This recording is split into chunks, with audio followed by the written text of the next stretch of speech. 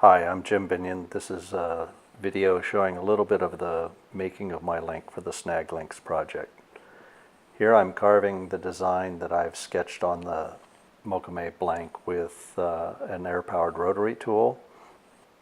This tool spins at a very high speed, makes it very easy to carve the material away.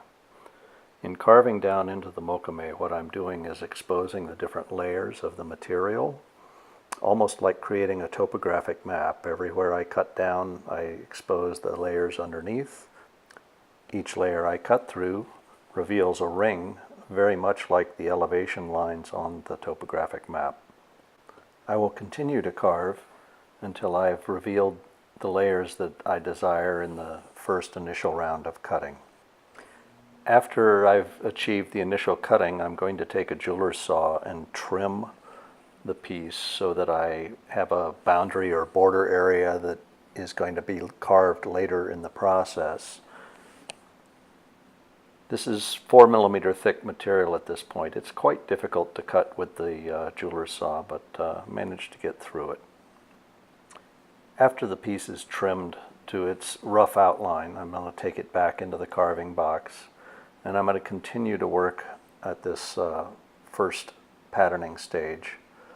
Go back in and clean up little details, try and get to the point where I'm really satisfied with the layers as they're going to reveal. What I'm looking for here is to try and make sure that each area that I've carved is going to create enough interest in the final piece. Once I've completed my carving, I'm going to take the piece and I'm going to hammer the areas where I've been carving flat. After the carving and hammering, the piece needs to be annealed before I continue to work on it. So here I'm heating it up with a torch, getting it to appropriate color, which is just barely visible as a red glow.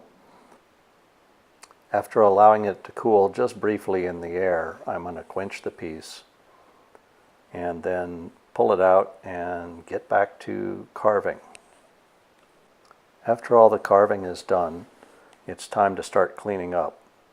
There's still a lot of bumps and uneven areas in the surface from the hammering and the carving, so I'm going to go in with a rubberized abrasive, a very coarse one, and I'm going to start smoothing those areas out. I continue to use the rubberized abrasive until everything is as smooth as I like it, gotten rid of all the hammer marks, chatter marks from the cutters. Once I've smoothed the piece out enough, then I'm going to transition to using a bristle brush as shown here.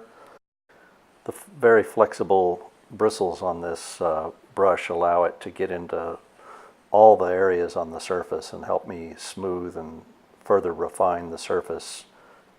This is still a relatively coarse abrasive, so I'm going to follow up with the bristle brush by switching to a non-woven abrasive pad with a much finer abrasive in it. So I'm using this to really do the final mechanical cleanup on the piece, get into all the little areas that the bristle brush couldn't, or that the earlier steps didn't quite take out. So this allows me to just really get in there and kind of touch things up before the final handwork that I'm going to do to get in there and do the final cleaning. After all the finishing steps are complete, I end up with a beautiful matte surface that reveals the colors of the iron, copper, and silver without any additional patina. Thanks for watching.